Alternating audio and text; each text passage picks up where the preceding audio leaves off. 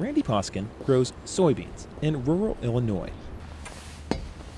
Like many in the Midwest, he voted for Donald Trump in the 2016 election. But as Trump ramps up trade pressure on China, Poskin is concerned about getting caught in the middle of a trade war. I'm not sure at this point, but I'm fearful that they will retaliate on those tariffs and do something to corner soybean exports, wheat, poultry, chicken, beef, any number of products that we export to their country that they could retaliate with. Trump on Thursday set in motion a plan to impose tariffs on as much as $60 billion worth of Chinese imports. The move, if Trump follows through with it, is meant to punish Chinese businesses that benefit from unfair access to U.S. technology. This is the first of many. This is number one, but this is the first of many. U.S. businesses have long complained that in order to enter China, Beijing forces them to first transfer technology to Chinese partners. Western companies have had to sort of partner with local Chinese firms, give over some of their sort of world-leading technology, which has allowed Chinese firms to catch up much more rapidly than they otherwise would be able to.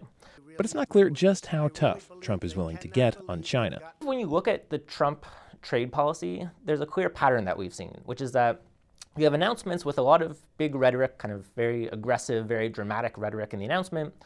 And then when it comes time to actually implement the policy, it's much more toned down, much more in line with, historical U.S. trade enforcement policy. That pattern may hold this round as well. But there are still risks. In Beijing, Communist Party leaders are already threatening to retaliate. China will not sit idly by while legitimate rights and interests are hurt. We must take all necessary measures to firmly defend our rights and interests. A prime target? Trump's supporters in the U.S. farming industry, specifically soybean farmers. 1 in every 3 rows of U.S. soybeans is exported to China. That makes soybean farmers uniquely vulnerable to Chinese retaliation.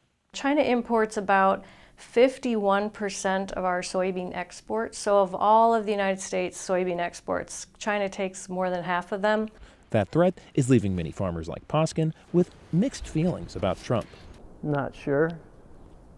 I mean, I do like the regulation side of things and the way he's backing things off, but just the same, these areas of trade are very important to agriculture. We can't interrupt this. And it may be just the beginning of trade tensions. Trump has said he doesn't fear the negative implications of his tariff decisions, saying trade wars are, quote, good and easy to win. With Kane, Farabaugh, Bill Gallo, VOA News. Very much.